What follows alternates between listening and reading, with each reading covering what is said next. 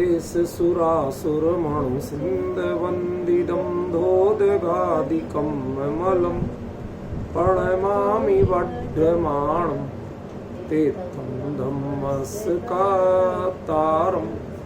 शेषे पुण्यतीर्थैरि ससौ सिद्धे विशुद्ध सा भावे समणे अणाणदंस चरित तव वीर्यायारि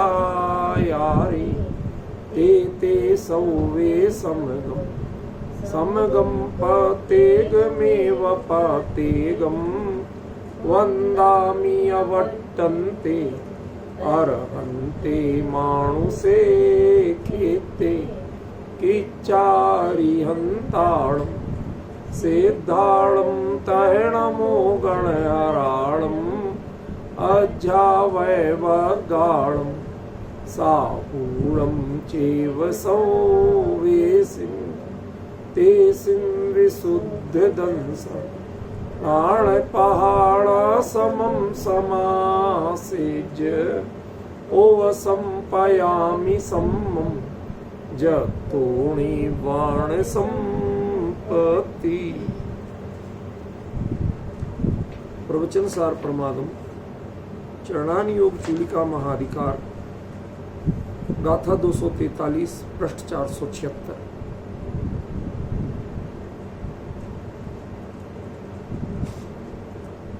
मुज्जदिवा रज्जदिवा दोस्सदिवा दव्वमर्णमासेज जदि समणो वर्णाणि वज्जदि विवहेहि कम्मेहि विवहेहिं।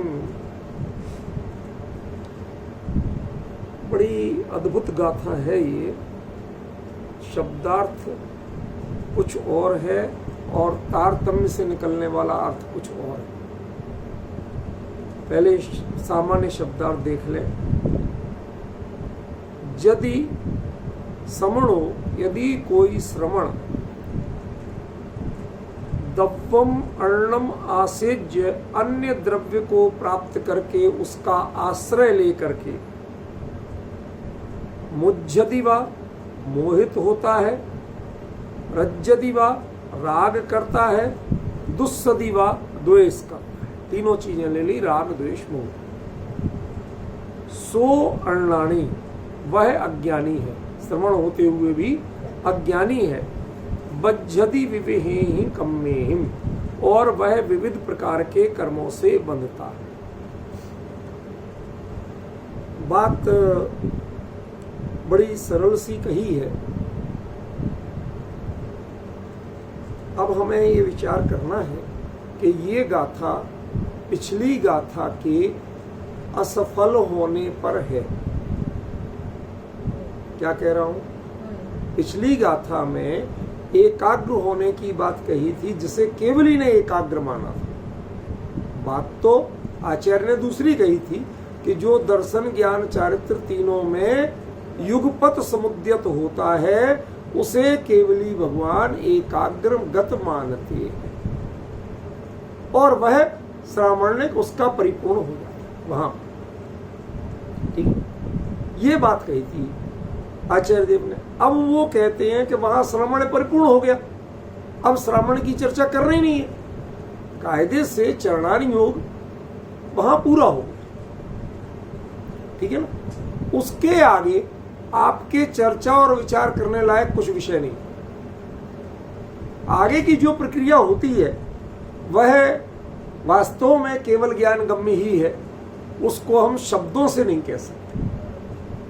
जहां तक शब्द से आचार्य देव व्याख्यान कर सकते थे वो कर दिया। अब ऐसा एकाग्रगत जो नहीं हो पाया,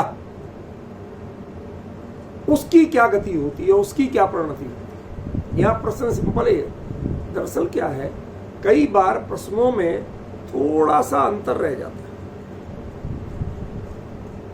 आचार्य अमृतचंद्र देव यहां उत्थानी का क्या दे रहे हैं?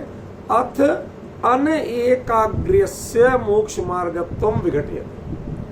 जो एकाग्रगत नहीं है उसके मोक्ष मार्ग पना भी नहीं है, ऐसा बताते हैं, माने वो मोक्ष मार्गी भी नहीं है ऐसा बताते हैं। अब आपको बात समझ में आ रही कुछ? लेकिन यदि वो मोक्ष मार्गी ही नहीं है, एकाग्रगत नहीं है। अब एकाग्रगत कौन है? जो छपक श्रेणी आरोहण करने वाला है, वो एकाग्रगत। अब यदि वो किसी कारणवश एकाग्रगत नहीं हो सका, माने छपक श्रेणी आरोहण नहीं कर सका, तो उसके परिणामों की गति दशा क्या होती है? एक सिंपल सा प्रश्न समझ में आ रहा है। तो वह दशा क्या मोक्ष मार्ग रहित की होगी? वह दशा क्या अज्ञानी की होगी? बात समझ में आ रही विपिन जी? आचार्य तो साफ लिख रहे कि वो अज्ञानी है, वह विविध प्रकार के कर्मों से बंधता है, जो अन्य द्रव्य को प्राप्त करके और राग द्वेष मोह करता है, वह अज्ञानी है, श्रवण होते हुए भी अज्ञानी है और विविध प्रकार के कर्मों से बंधता है। लेकिन ये शब्द का अर्थ बहुत सरल है, कोई कठिन नहीं है। लेकिन जब हम इस संदर्भ में देखते हैं कि पिछली गाथा में एकाग्रगत था कौन? कि जो छपक श्रेणी आरोहण करने को तत्पर हुआ था, वो तो था एकाग्रगत। और जो एकाग्रगत नहीं हो सका, माने छपक श्रेणी नहीं लेने का अर्थ अज्ञानी, मिथ्या दृष्टि, मोही, ये कहां होगा? मेरे प्रश्न समझ में आ रहा है कि नहीं आ रहा? भाई आपने कह दिया था यहां श्रावण पूर्ण हुआ, ये हाइट ऑफ श्रावण आपने बता दिया था, हाइट ऑफ मॉन्किज्म आपने बता दिया था। अब वो हाइट को जो नहीं पा सका, तो वो क्या है? हमें वर्णन उसका करना है। आचार्य देव यहां विवेचन उसका करना चाहते हैं, या जो मोही, अज्ञानी, मिथ्या दृष्टि है उसका वर्णन करना चाहते हैं। प्रश्न समझ में आ रहा है कि नहीं आ रहा? देखो, जितना अच्छा आप प्रश्न समझोगे उत्तर उतना ही स्पष्ट आएगा, वरना आप चूक के कहीं चले जाओ। शब्द आपके फेवर में है, लेकिन कुंद उन शब्दों का प्रयोग करते हुए भी उनसे कुछ और कहना चाहते हैं। आप कहिए ना कि आप खींचतान के अर्थ करते हो। कई लोग कहते हैं कौन सा टेंशन, या कोई टेंशन नहीं है। क्यों? क्योंकि ऐसे आरोप, ऐसे आक्षेप कहेंगे लोग जो उस लेवल से सोच ही नहीं रहे, वो कहेंगे तो बेचारे कहें। करुणा के पात्र है, हमें वो क्रोध के पात्र है ही नहीं, और जो क्रोध के पात्र है ही नहीं उनके साथ हम टेंशनबाजी क्यों करें? जैसा है कह लो भैया। लेकिन कभी आपको भी लगे कि कहीं वाकई में तो खींचतान नहीं कर रहे, नहीं लग रहा। देखो, जिज्ञासा और शंका, इन दोनों में बहुत बड़ा अंतर है। कदाचित ऐसी जिज्ञासा लगे स्पष्टीकरण के लिए तो अपराध नहीं, और आपको व्यक्ति और प्रतिपादन पे ही शंका होने लगे ये तो कोई बदमाश है, गड़बड़ कर रहा है, तो हाँ बात दूसरी हो, ठीक है ना। सोचने वाले ऐसा भी सोचे तो मैं क्या कर लूंगा उनका। भाई जैसा जिसका जितना यशा कीर्ति है, ऐशा कीर्ति का उदय है, वो वैसा चलेगा, उसको आप क्या कर सकते हैं। कई लोग कहते हैं आपके साथ है, अरे भाई जो है सो है, उसमें के लिए आप चिंतित मत होइए। ध्यान रखना, आज गुरुदेव के अनुयायी जितने हैं उनके सामने उतने नहीं थे, बुरा मत मान। श्रीमद जी के अनुयायी श्रीमद जी के सामने उतने ही थे जितने बाद में, ठीक है ना। तो ये कर्म के खेल कब कब किसके क्या चलेंगे, ये चलेंगे, इन सबको आप टेंशन नहीं लो। किसी भी व्यक्ति ने कभी ये सोच के काम किया हो कि मेरे फॉलोअर कितने हैं, समझ में, ये कोई फेसबुक नहीं है विपिन जी कि कितने लाइक्स मिले, कोई परवाह ही नहीं है इस चीज, समझ गए। इनके पीछे नहीं भागता। हमारे लिए चिंता क्या है, आचार्य देव ने जो कहा क्या हम उसे सही रूप में समझ पाए। आप कल्पना करिए कि आचार्य कुंदकुंद देव मॉन्किज्म की हाइट छपक श्रेणी से क्या एकदम अज्ञानी पे आ जाएंगे, और चरणान योग चूलिका का विषय क्या अज्ञानी का वर्णन करना है। आप सोचो तो सही पहले कि चरणान योग की चूलिका में वो जो चैप्टर रखा गया, उस चैप्टर में कोई लेसन अज्ञानी मूढ़ मिथ्या दृष्टि इनका है क्या? क्या उनके चारित्र का वर्णन चरणान योग की चूलिका में किया जाएगा? यदि ऐसा नहीं हो सकता तो भगवान बताओ तो सही, फिर इसका अर्थ क्या होगा? यहां तो आचार्य देव ने हमारे लिए बिल्कुल ही गलफत में डाल दिया। कहां जाए कहां ना जाए यही समझ में नहीं आ रहा।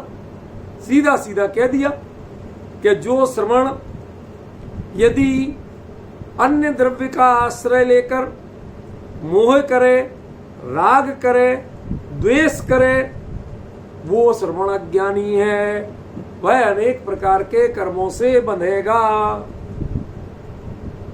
बड़ा सीधा कह रहे, इसमें तो कोई गुंजाइश ही नजर नहीं आ रही। इसमें तो क्लियर लग रहा है कि भाई मोह तक से मुज्जदी तक कह दिया। यदि रज्जदी दुस्सदी कहते तो राग और द्वेष तक तो चलो भाई थोड़ा सा क्षम्य था। अब क्या कह दिया? मुज्जदी। यहां तो हमें शंका होने लगी भाई कि कुछ ना कुछ गड़बड़ है, ठीक है ना। और फिर यहीं तक कह के छोड़ा होता तो बात दूसरी है, वो अज्ञानी है।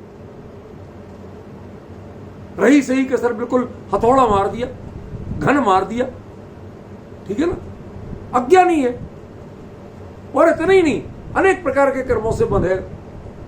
अब बताओ उसको कैसे बचाओगे आप, कैसे रक्षा करोगे कि ये भैया कोई अज्ञानी मिथ्या दृष्टि मूढ़ उसकी चर्चा नहीं हो रही, ये उन मुनिराज की चर्चा हो रही है कि जो वास्तव में समण तो है लेकिन छपक श्रेणी नहीं ले पाए, बस कमी इतनी रहेगी। इतनी कमी वाले श्रवण हैं, ये इस गाथा से कैसे सिद्ध करोगे, किस शब्द से सिद्ध करोगे? विपिन जी समझ में आ रहा है? कभी प्रवचन सार का अर्थ करना कोई गुड्डे गुड़ियों का खेल नहीं है। पहले वो बहुत, हमारे यहां शब्दार्थ की उतनी कीमत नहीं है। नयार्थ और मतार्थ ये भी बहुत स्थूल बात है, ये तर्क वितर्क में काम आते हैं नयार्थ और मतार्थ, कि ये किस मत में है, जैन मत है, बौद्ध मत माता है।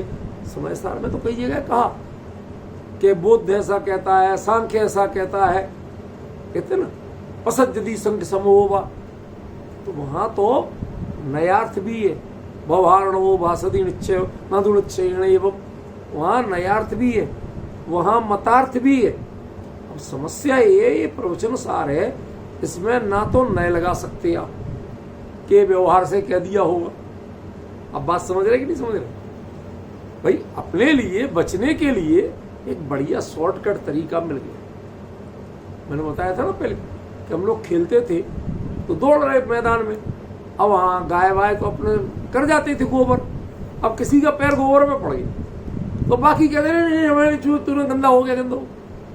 अब वो जानबूझ के छूने जाए, अब कहां तक बचो भाग के, छू तो सकता ही है, ठीक है ना। तो हम लोग ऐसे कर लेते थे, अंटी गुंटी बांध ली, अब तुम कितने ही छू ले मेरे ऊपर कोई असर ही नहीं होगा, समझ गए। तो अब आपके ऊपर इस पर कोई असर ही नहीं होता है, अज्ञानी ये शब्दों का असर नहीं होता है, ये है क्या ये स्वरूप, समझ गए। हमें बहुत गंभीरता से विचार करना।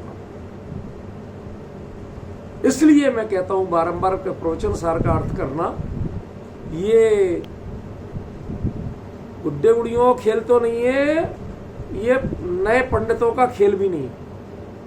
जो नए चक्र के बड़े भारी पंडित बने बैठे ना, ये प्रवचन सार उनके लिए है ही नहीं, जो हर बात में नए लगाते हैं। कहीं तो आदमी को सीधा बनना पड़े, सरल बनना पड़े। एक जानो, एक कहो, एक में रमो, एक देखिए जानिए रम रहिए एक ठोर, समल अमल न, ये व्यवहार निश्चय का झगड़ा है। समल अमल ना विचारिए, यही पंथ नहीं। ये प्रवचन सार है, वो जो श्रीमद ने लिखा वो प्रवचन सार है। बनारसीदास ने, अच्छा बनारसीदास जी ने लिखा, ये प्रवचन सार बोल रहे हैं वो। समल अमल ना विचारी, आत्मा को एक न निर्मल कहता है, एक न समल कहता है, नहीं विचारी। समझ रहे? कुछ गहराइयां हैं इन कथनों की। गहराइयां हम जब तक प्रवचन सार नहीं पढ़ेंगे, हम इन कथनों की गहराइयां नहीं पकड़ पा रहे। हम इनको एवरेज वे में, एवरेज लेवल पे लेके चल रहे, समझे ना? हमें यदि इनकी गहराई समझना है तो आपको थोड़ा सा गंभीर होना पड़ेगा। मैं असल में उत्तर दे नहीं रहा हूं अभी खाली प्रश्न जमा रहा हूं, तह जमा रहा हूं। जब प्रश्न बिल्कुल क्रिस्टल क्लियर हो जाए तब उत्तर देने का फायदा। अभी तक दो बातें आपको दिमाग में बिठानी कि ये चर्चा है किसकी, इसकी उत्थानिका क्या बनेगी, कि छपक श्रेणी जिन महामुनिराज कोशिश तो की और नहीं आरोहण कर पाए, बस अपराध कितना, जो पंचम काल में सारे सच्चे मुनिराजों से होना है। पहले तो कोशिश नहीं करेंगे उस लेवल की, यही 6वें 7वें में बढ़िया है, यही बहुत है। पहले तो कोशिश नहीं करेंगे, दिमाग ही नहीं लगाएंगे। क्यों? जानते हैं पंचम काल में होना है नहीं, केवली ने कहा कि होना ही नहीं है, तो ट्राई क्यों मारो? समझ गया ना? ट्राई नहीं करना। अब किसी ने कोशिश की कि भैया काल क्या बिगाड़ता, काल तो काल द्रव्य का प्रलमन मात्र है। वो तो चौथे काल में भी 1 घंटे में जितने मिनट और 1 मिनट में जितने सेकंड होते थे, वो पंचम काल में भी उतने ही होते। कि घट बढ़ जाते?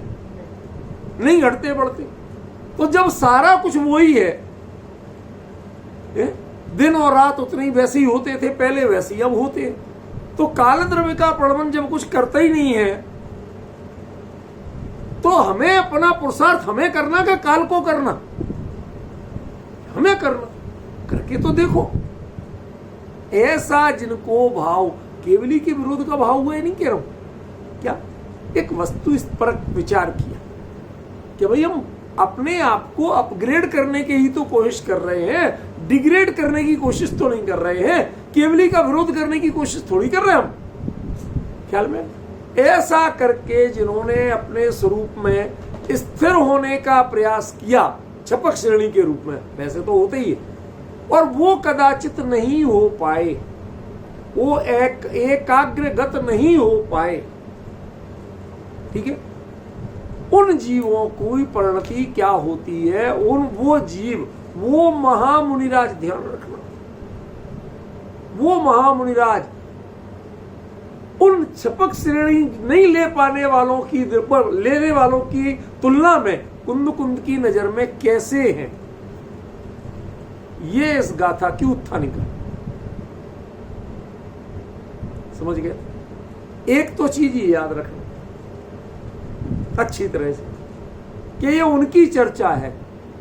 दूसरा ये याद रखना, ये अधिकार चरणान योग की चूलिका का है, उसमें उस चूलिका से नीचे के शिखर की बात भी नहीं होगी। 28 मूल गुण रूप श्रावण, वर्धमान चारित्र और दुनिया भर की चीजें, ये सब शिखर में आती हैं, चूलिका में नहीं आती। समझे ना? ना बाकी जितनी तैयारी है अविरति से देशभक्ति तक की, वो सब किस में आएगी? जिन भवन में 7वें व 6वें 7वें गुण स्थान की प्रक्रिया, वो सारी किस में आएगी? शिखर में। और 6वें 7वें से ऊपर की जो चर्चा है आगे बढ़ने की, वो है चूलिका। और फिर कैवल्य जो होता है वो है कलश। ये क्रम जानना पहले, समझे? तो ये अधिकार कलश का तो नहीं है, ये तो हम मानते। इसलिए इसमें यदि संयोग अयोग केवली आदि किसी की चर्चा नहीं है, सिद्धों की चर्चा, कोई आश्चर्य की बात, क्योंकि आचार्य ने कब कहा कि हम कलश की चर्चा करेंगे? उन्होंने तो क्या कहा? हम अकेली चूलिका की चर्चा। अब जो चर्चा करना चाहते हैं, सारा अर्थ उसी के अनुसार घटित होगा। एक बात बताओ, बहुत स्थूल सा दृष्टांत दे रहा हूं, ठीक है? ये जो हम आप घर बनाते हैं, ठीक है, मैं बिल्कुल स्थूल बात कर रहा हूं, कोई उसमें तात्विकता मत लेना। इसमें सीमेंट में रेत मिलाते हैं या रेत में सीमेंट मिलाते हैं? रेत में सीमेंट मिलाते हैं। क्यों? रेशियो हमेशा सीमेंट का कम होता है, रेत का ज्यादा होता है। कोई कहेगा 4:1, माने 4 तसला रेत और 1 तसला सीमेंट, ठीक है? कोई कहे 6:1 तो 6 तसला सीमेंट नहीं होगा, 6 तसला रेत होगी, सीमेंट 1 ही तसला है, ठीक है? अब जितना हमने ये रेशियो पढ़ा है, ये रेशियो और हमारे लिए पढ़ाया जाता, अरे भैया रेत के बिना सीमेंट दरक जाएगा, फट जाएगा, वो प्योर सीमेंट की थोड़ी बनती है, पकड़ ही रेत से आती है। सारी कुछ बातें आपने पढ़ी। अब जरा डैम टेक्नोलॉजी के किसी बड़े इंजीनियर को पकड़ के लाओ। कहाँ गए हमारे अमित जी? अरे आज तो बृहस्पतिवार है, उनकी मीटिंग रहती है, आज नहीं मिलेंगे। सुनो, क्या? एक बड़े इंजीनियर को पकड़ के लाओ। किसके? जो आजकल बांध बनते ना, बांधों की टेक्नोलॉजी के। उसमें सबसे बड़ा मुद्दा होता है कि यदि सीमेंट में एक दाना रेत का चला गया बनते समय कहीं भी, उसको पूरा पानी का वेग रोकना है, ये ध्यान रखना। क्या? वो एक दाना रेत का और बाकी पूरा सीमेंट। अब कल्पना करिए, क्या एक दाना रेत का गया है, आप 6 गुनी रेत लगाते सीमेंट से और कोई गलती नहीं लगती आप, और वहां पर प्योर सीमेंट ही सीमेंट में एक दाना गया और इंजीनियर ने यदि पकड़ लिया, जानकारी मिल गई, सारे सर्विलांस लगे रहते हैं इस चीज को चेक करने के, इक्विपमेंट्स भी होते हैं, तो वो उस व्यक्ति पर जो ओवरसीयर होता है, ठेकेदार, इतना सुनाता है, तू निहायत मूड है, अज्ञानी है, अरे ये तेरा घर नहीं बन रहा है, ये डैम बन रहा है, इस डैम में सीमेंट में जो एक रेत का दाना मिला है वो डैम फूल है।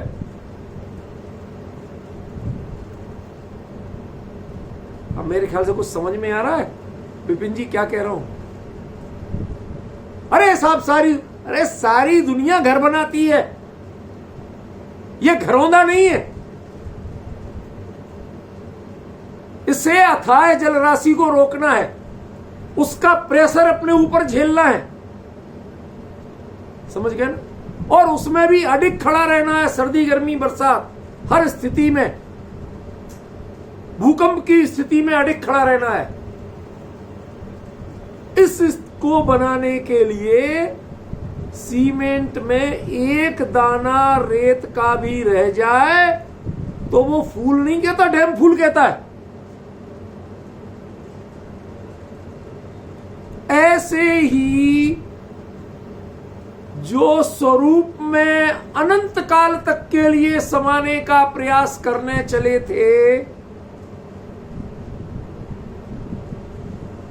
और उसमें एक परिणाम, एक किसी द्रव्य, चाहे केवली का आश्रय ले लिया हो, अरे साक्षात भगवान विराजे, इतना भी आश्रय ले लिया हो, अन्न दव्वम आसेज, अन्य द्रव्य का आश्रय लिया हो, और जब परिणाम स्वरूप में नहीं रहा तो तय है कि तीन में से कुछ ना कुछ तो होगा। या तो राग रूप होगा, या द्वेष रूप होगा, मोह रूप भी हो सकता है। हाँ, कौन सी आफत? अरे एक बात बताओ, जब धरसेनाचार्य ने उस उदंत भूतबली को भेजा था, तुरंत जाओ यहां से, जितनी दूर जा सकते हो चले जाओ, क्या सोच के भेजा था?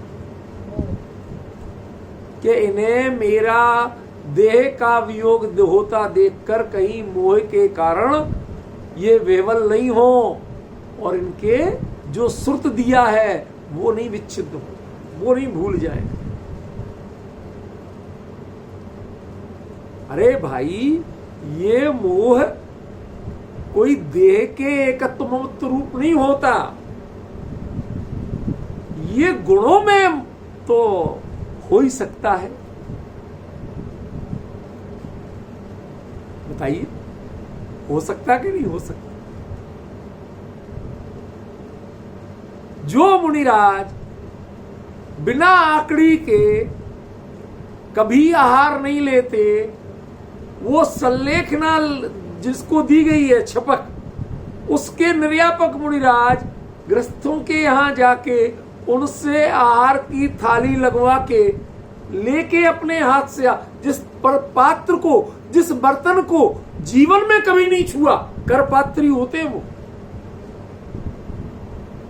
क्यों भाई साहब, जीवन में कभी नहीं छुआ, बर्तन लेने का, छूने का त्याग, और वो बर्तन में, थाली में, अलग अलग कटोरी में सब चीजें नहीं तो मिक्स हो जा, रख के ला रहे हैं और लाके उन्हें दिखा रहे हैं, दे नहीं रहे, दिखा रहे हैं। तो वो बर्तन लिए, उनके यहां से लेके आए, ये नहीं कह दिया ग्रस्तों जरा लगा लाना, नहीं, ये सब कर रहे हैं, इसे आप क्या कहोगे? अकेला राग? अरे ये वैसा मोह नहीं है जो संसार वर्धक हो, जो मिथ्यात्व वर्धक हो, वो मोह नहीं है, लेकिन ये कहीं ना कहीं उस जाति से, ये उस साधर्मी का वीतराग धर्म से, जिन धर्म से, आत्मधर्म से विचलितपना ना हो जाए, उसको रोकने के लिए बाड़ लगाई जाए, उसके लिए अपने पद की मर्यादा के विरुद्ध जाके काम कर रहे हैं। और जिन शासनों से कहता है कि ऐसा पद की मर्यादा के विरुद्ध कार्य करना भाई क्षम्य है, क्षम्य नहीं है, तुम्हारा कर्तव्य है, हर निर्यापक का कर्तव्य होता है। अब डिफरेंस समझ रहे आप मैं क्या बताना चाहता हूं? असली उत्तर तो बाद में दूंगा, पहले तुम्हें सारे दृष्टांतों में उत्तर दे रहा हूं, समझ रहे ना? सब एक एक दृष्टांत उत्तर है आपके लिए। वो मोह भी करें, वो राग भी करें, वो द्वेष भी करें, कदाचित ऐसे भाव नहीं हो सकते। ये संजुलन कसाय चौकड़ी मेरा बस चले तो अभी इसको सर्वनाश कर।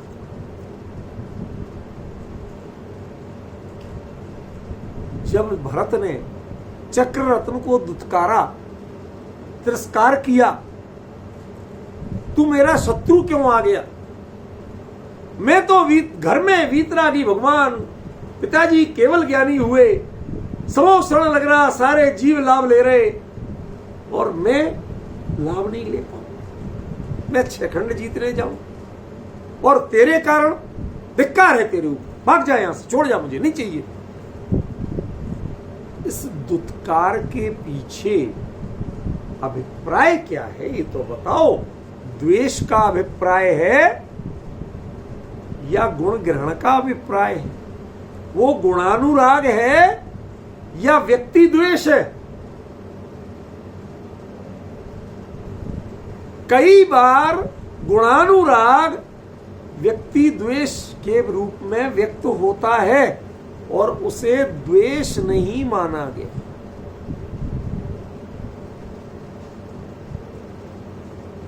अच्छी तरह दिमाग में बिठा के रखना कि ये जो गाथा है, ये गाथा किसी अज्ञानी मिथ्या दृष्टि की गाथा नहीं। इसका अज्ञानी कौन है? कुंद कुंद जैसे आचार्य बड़े कठोर सब अज्ञानी है,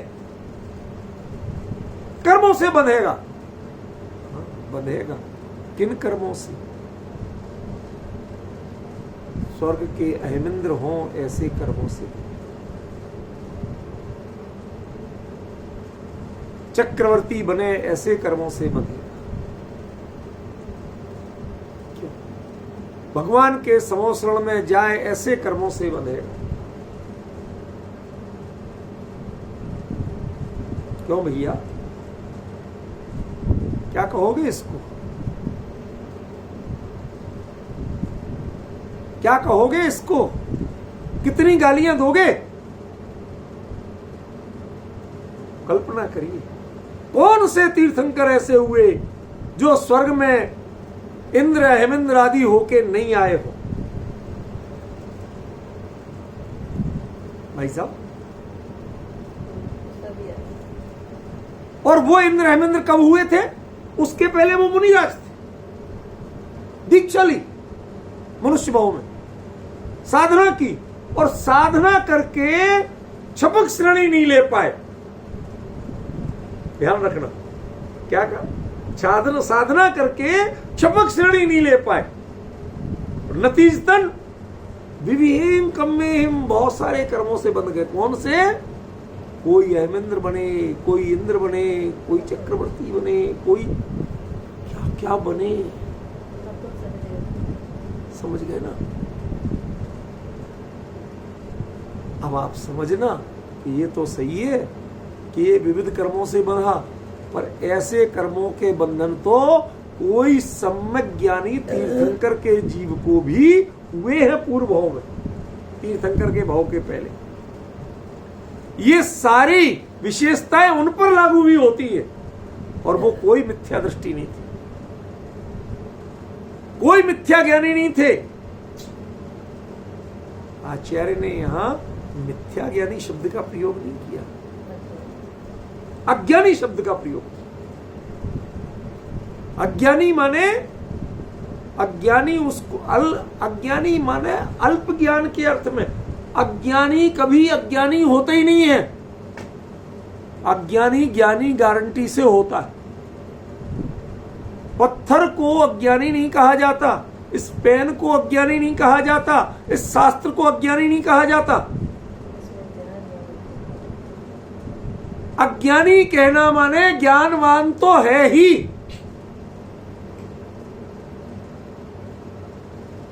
अज्ञानी कहना माने जड़ नहीं होता। और मिथ्या दृष्टि जड़ से कम नहीं होता। क्यों? क्योंकि वो चेतन के अलावा बाकी सब जड़ को ही अपना मैं मानता है, इसलिए वो जड़ होता है, जड़ से भी भयंकर होता है। और यहां जिस अज्ञानी की बात है, वो अज्ञानी तो है लेकिन है ज्ञानवान। अज्ञानी माने स्वरूप में स्थिर होने की उस कला को नहीं परखा। अभिमन्यु ज्ञानी था क्या नहीं था चक्रव्यूह का?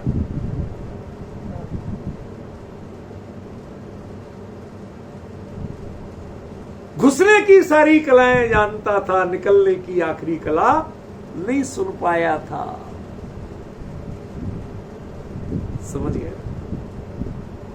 तो बताओ, अभिमन्यु अज्ञानी था?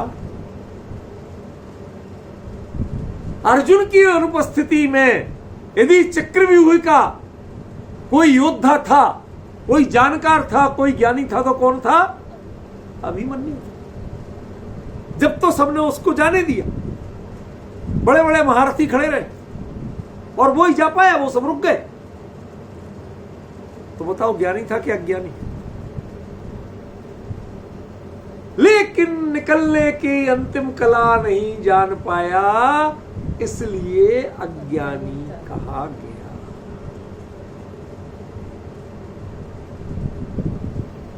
और जब पता नहीं था तो गई क्यों था भैया जान देने? कहती जान देने नहीं गया था, राष्ट्र बचाने गया था।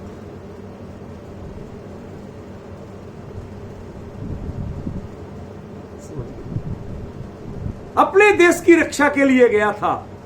न जाने कितनों ने जान दी, मेरी गई तो क्या हो गया? अब डिफरेंस समझ रहे कि नहीं समझ रहे दोनों बातों? अरे ऐसा अज्ञानी होना ये कोई ऐसा अक्षम्य अपराध नहीं हो गया जिसके लिए आप इतने बेचैन हो रहे हो।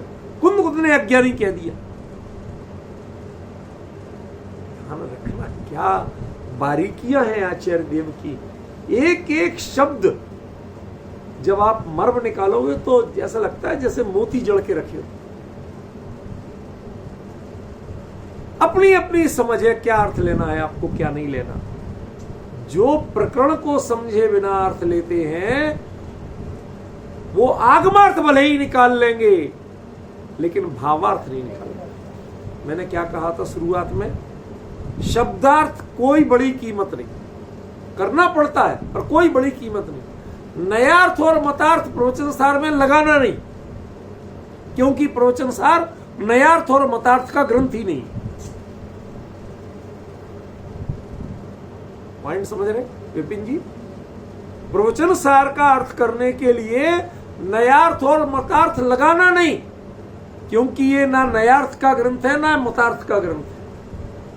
केवली के सामने कोई सांख्य बौद्ध नैयायिक वैसे से कोई कुछ नहीं होता। उनके ज्ञान में तो वस्तु का स्वरूप होता है, वो वास्तविकता बताते हैं, वो व्यक्ति व्यामोहिनी में नहीं पड़ते। इसलिए नयार्थ और मतार्थ ये केवली के प्रतिपादन का विषय नहीं होते। और आगमार्थ के केवली के वचन सुन के परंपरा से जो लिखे जाते हैं उनका नाम आगम है। ठीक है ना? तो कायदे से आगमार्थ भी प्रवचन सार जैसे सीधे केवली के प्रतिपादन प्रधान ग्रंथ में लागू नहीं पड़ता। तो बचा क्या आपके पास? एक पूंजी बची जिसको भावार्थ कहते हैं। शब्द तो ये है लेकिन भाव क्या है ये पहचान।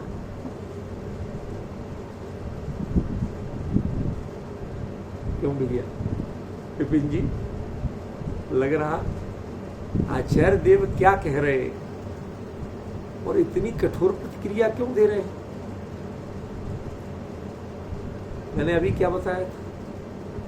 डैम बन रहा है, घर नहीं बन रहा। तुम केवली होने की तैयारी में जा रहे थे, मुनि धर्म को छोड़ के जा रहे थे, आगे बढ़ रहे थे। क्यों? उसके बाद 28 मूल गुण नहीं पाल लेते। केवली का भी विहार होता है लेकिन उनके ईर्ष्या समिति नहीं होती। नहीं होती मतलब अरे ईर्ष्या समिति तो रागात्मक विकल्प का नाम है, पर की रक्षा करूं। समझ में? वो रक्षा करूं और मारूं ये दोनों ही विकल्प राग हैं और राग केवली के होता नहीं। समझ में? इसलिए ईर्ष्या समिति नहीं होती। विहार होता है पर ईर्ष्या समिति नहीं होती। क्यों? क्योंकि श्रावण ने पीछे छूट चुका। तुम केवली बनने जा रहे थे और केवली बनने की प्रक्रिया में यदि तुमने इतनी सी गलती कर दी, अन्न द्रव्यम से अन्य द्रव्य का आश्रय लिया और किसी भी प्रकार के मोह राग द्वेष का परिणाम कर लिया, तुम अज्ञानी हो। अरे साहब छोटे मोटे परिणाम तो आते हैं। साक्षात केवली परमात्मा समो शरण में विराजमान थे, उनकी दिव्य ध्वनि चल रही थी और वो छोड़ के हम इधर चले जाते। कितने सौभाग्य से, कहां भरत क्षेत्र, कहां पूर्व विदेश क्षेत्र, इतना हम चल के गए थे। क्षेत्र की मर्यादा का उल्लंघन किया था हमने। मुनि दीक्षा के समय प्रतिज्ञा की थी, भारत भूमि से बाहर नहीं जाऊंगा। इतनी बड़ी रिस्क लेके तो आए, और अब जिनके पास आए ना उनके दर्शन करो ना उनके प्रवचन सुनो।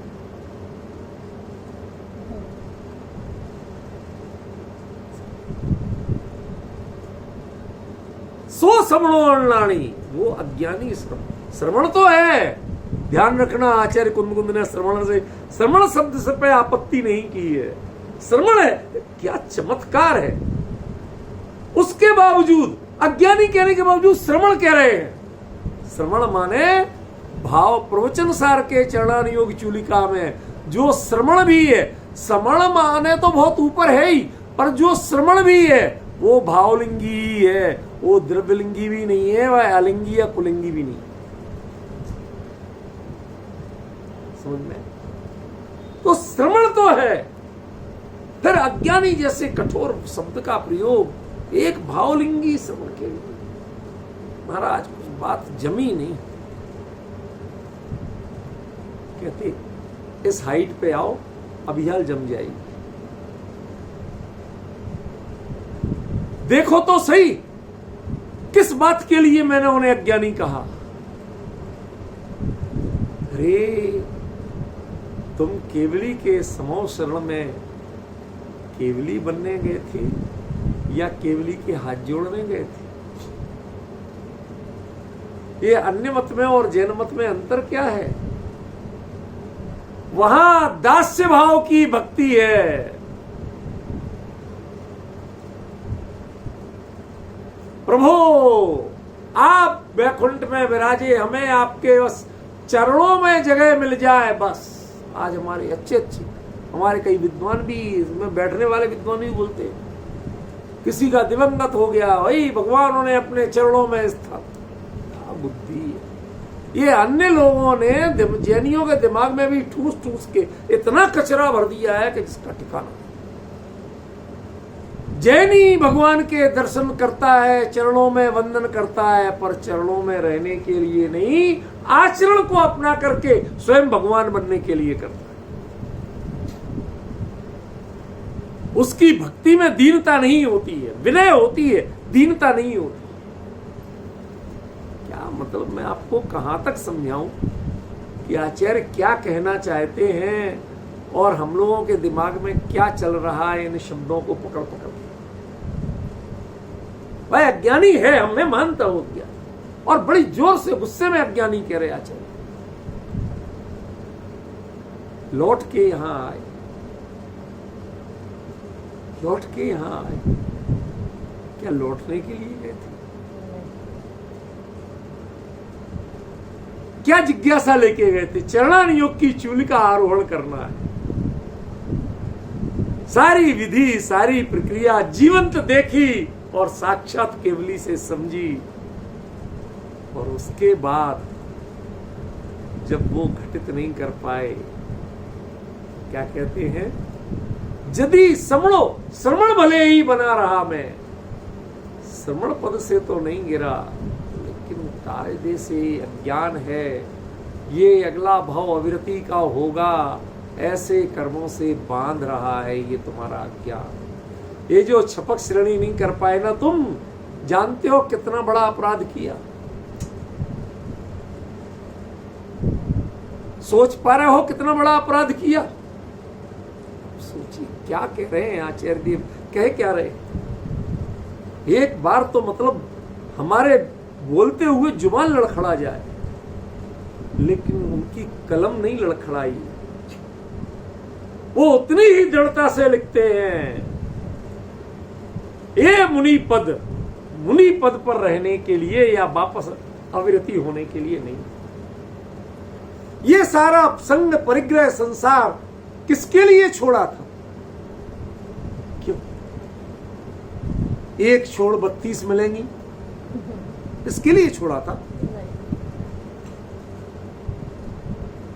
बताओ ना, किसके लिए छोड़ा था? अपुनर्भव की कामना के लिए।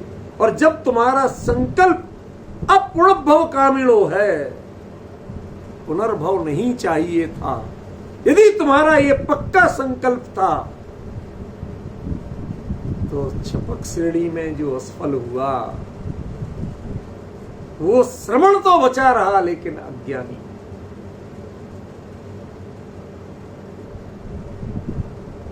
विपिन जी, सच बताऊं, कभी कभी लगता है कि अर्थ इस मुंह से और इन शब्दों से नहीं निकल पा रहा है, कोई और बोल रहा है।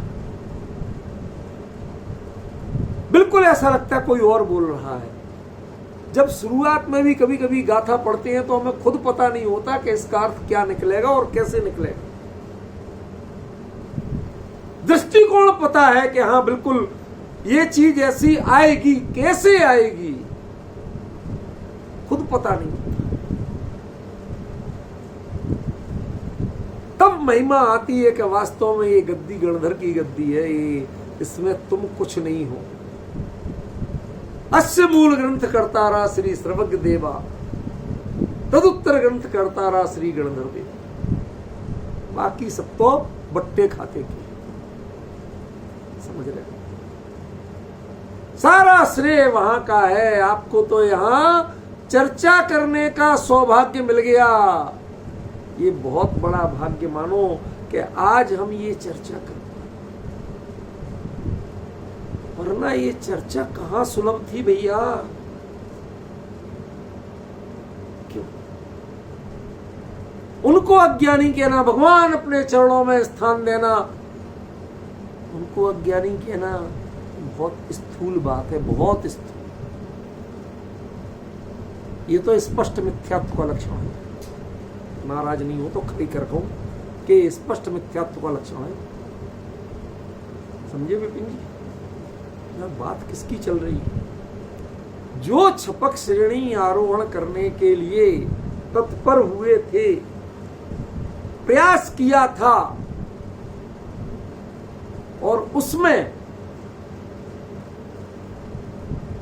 वो तो फिर सब सक्सेस हो गए और हम थे। क्या कहा था पिछली गाथा में? तस् सावर्णम तस् परिपूर्णम। वो तस् शब्द का अर्थ आज बता रहा हूं। तस् परिपूर्णम, मैंने जिनका देखा उनका तो श्रावण पूरा हो गया था, लेकिन मेरा श्रावण पूरा परिपूर्ण नहीं। क्या कह रहे हैं आचार्य देव?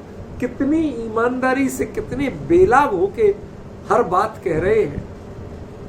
इनके शब्दों में एक कथा है, जीवंतता है, तारतम्य है। ये अलग अलग बातें नहीं। लोग इसको अलग बात के रूप में कहने लगते हैं। अज्ञानी जीव मुनि होके भी क्या करता है? ये नहीं है इसकी उत्थानिका। समझ गए ना? ये उस अज्ञानी मुनि की उत्थानिका नहीं है। यह असली भावलिंगी श्रवण की उत्थानिका है, जो केवली बनने के प्रयास में असफल हुआ। वो अपने आप को खुद धिक्कारता है कि तुम्हारे भाव क्या थे, गए क्यों थे। अन्य द्रव्य का आश्रय लेकर तुमने कदाचित राग द्वेष मोह किया, नतीजा छपक श्रेणी नहीं हो सकी। ये तुम्हारा अज्ञान है। ये तुम्हें करना नहीं चाहिए। उस समय कोई भी स्थिति होती, अरे साक्षात तीर्थंकर केवली विराजमान हो, कई कई गणधर विराजमान हो, चक्रवर्ती और 100 इंद्र विराजमान हो, मैं कहीं उपयोग नहीं लेना था। जो छपक श्रेणी ले रहे हैं उनकी ओर भी उपयोग नहीं लेना था।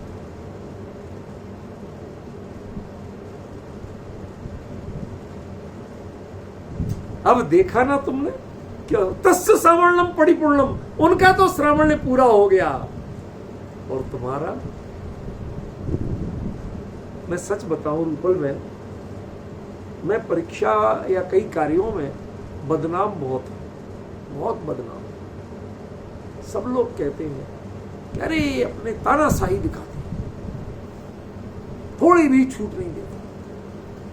मेरी यही स्थिति है। एग्जामिनेशन सेंटर में यदि दिख जाए, बाई दबे मैं गलती से किसी टीचर ही से मिलने चला जाऊं, कोई एग्जाम ड्यूटी पे नहीं हूं, ना फ्लाइंग में हूं, वैसे जरा सी कोई बात हो, मैसेज देना या कोई बात पूछना, उतने को चला जाऊं तो लोगों को जैसे नकल चोरों को सांप सूंघ जाता है, सन्नाटा खिंच जाता है। हे भगवान, कहां से आ गया।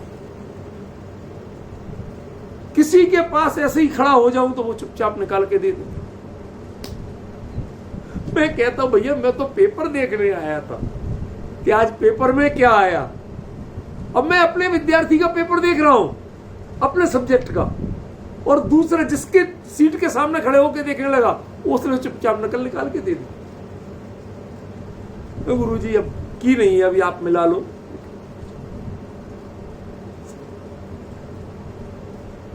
मेरे अपने आप से पूछता हूं, ऐसा तुम क्यों करते हो, क्यों इतने आतंक फैलाते हो। सच बताऊं, मैं अपने परीक्षा काल में जब लिखता था, आप विश्वास करोगे 3 घंटे में कम से कम 100 से 150 पेज लिखता था। अब इतने में कोई व्यक्ति जरा सा पूछ रहा, इतनी सी बात, और मुझे उससे दुश्मनी नहीं है, मुझे कोई मात्सर्य का भाव नहीं है कि मैं ज्ञान छुपाना चाहता हूं, बता सकता हूं, लेकिन उतना तेरी सुनूं और अपना जो तारतम्य टूट जाए, और उतने में मैं 1 पेज लिख डालता हूं जितने में मैं 1 लाइन बताऊं। इसलिए यदि कदाचित रागवश किसी को 1 लाइन बता के मैं 1 पेज का नुकसान करूं तो कौन हूं, अड़लाणी हूं कि नहीं। अरे तेरा परोपकार, तेरी विनय, तेरा लोक शिष्टाचार तेरे स्वरूप के लिए घातक है भाई, तेरे लक्ष्य के लिए बाधक है भाई। तू उस चक्कर में पढ़ाई क्यों। समझ में आ रहा है कि नहीं आ रहा। क्या कहते हैं लोग, आचार्य क्या कहते हैं, क्यों इतने कठोर शब्दों का। जब कोई इतने महान लक्ष्य की प्राप्ति के लिए बड़ा हो, और अपराध भी ऐसा कि तुम समझ ही नहीं पाओ पूरे जिंदगी में कि अपराध भी है। मैंने बताया था ना, हम जब इस यूनिवर्सिटी में ज्वाइन किया पहली बार मैंने, और पहली परीक्षा में गया, तो मैंने सोचा कि भाई संस्कृत वाले हैं, जरा अच्छे संस्कार युक्त होंगे। वहां देखा तो एक बच्चा किताब लेके नकल कर रहा। हमने कि ये क्या है, कई किताब है गुरुजी, इसी पेपर वाली है, कोई और की नहीं उठा लाया मैं। तो लाया क्यों, तो क्या हो गया। अरे इसका पेपर था, इसकी किताब लाया, इसमें क्या हो गया। उससे कोई अपराध बोध ही नहीं था, खेद ही नहीं था। समझ में, जैसे तैसे उसका केस बना के आगे बढ़ा, तो दूसरी लाइन में एक विद्यार्थी कहता, गुरुजी ये 5 पर्चियां लाया हूं, इस प्रश्न का उत्तर कौन सा है या बता दो। सही घटना बता रहा हूं अपनी, बिल्कुल सही घटना।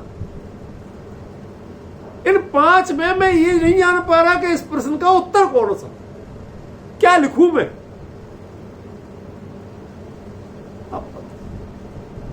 जिसने ऐसे पढ़ाई की हो, इस गरिमा और इस मर्यादा और इस पवित्रता के साथ, तो मुझे करुणा आती है। जो पढ़ा लिखा विद्यार्थी है, तू उसका नुकसान करता है।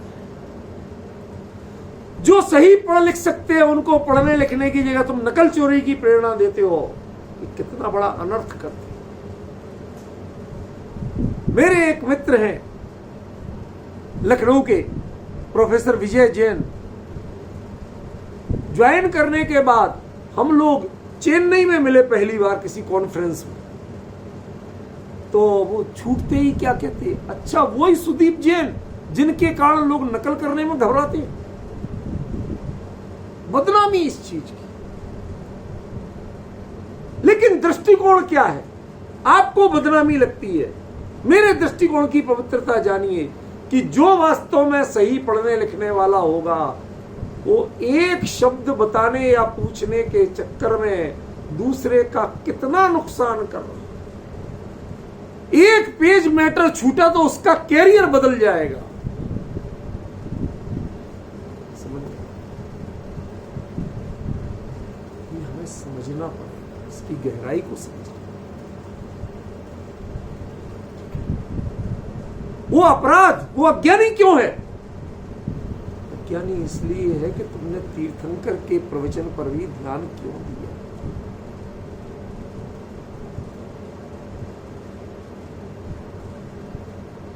तुमने साक्षात वीतराग मुद्रा पर भी दी, क्षमा करना, ध्यान क्यों दिया? क्यों? हम जैसे छद्मस्थों के लिए ये बड़ी कॉमन बात है कि हमें ध्यान देना ही चाहिए, अटेंशन होना ही चाहिए। लेकिन तुम कौन हो? तुम कौन हो ये ध्यान रखो। राष्ट्रगान के समय राष्ट्रपति भी सीधा बिल्कुल सावधान मुद्रा में खड़ा होता है, लेकिन उसका अंगरक्षक भाई अपने ट्रिगर पे ही उंगली रखे खड़ा रहता, वो नहीं होता सावधान मुद्रा।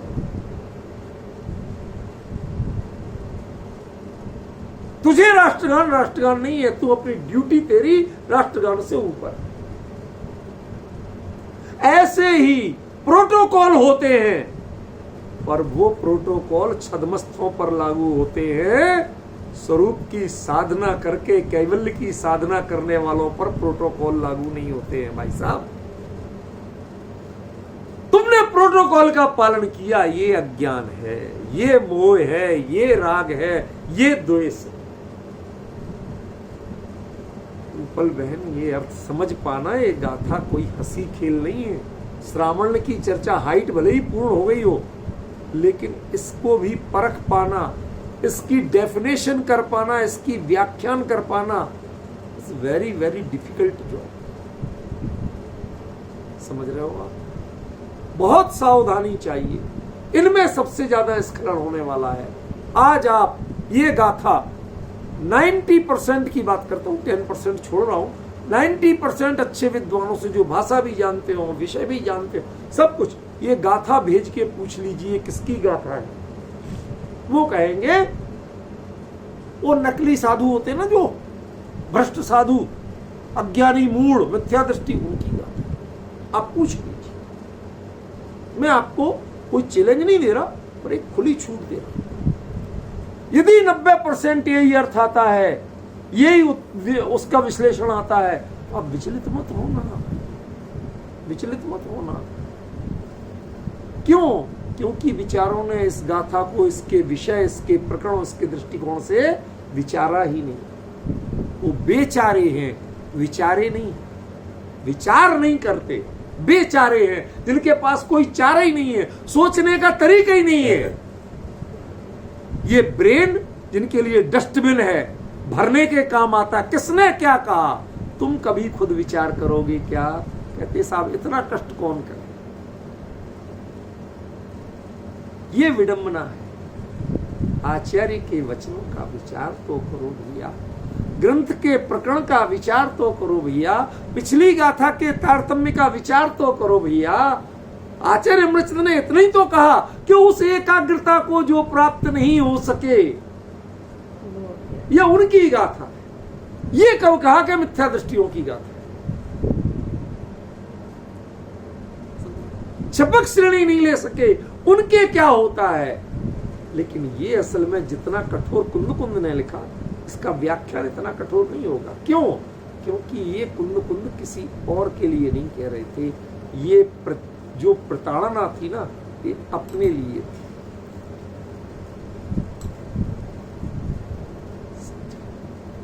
ये हिम्मत करना, जिन कुंद कुंद को हम दिन रात पूजते हैं, उनके शब्दों में उनको ही प्रश्न चिन्हित करना, ये बहुत हिम्मत की जरूरत है भाई, बहुत छाती में बल चाहिए। कहने के 56 इंच से कुछ नहीं चलेगा, कि हाँ वास्तव में बहुत कुछ बनना पड़ेगा, तब इसका अर्थ होगा। चर्चा आगे चलेगी, आज समय पूरा होगा।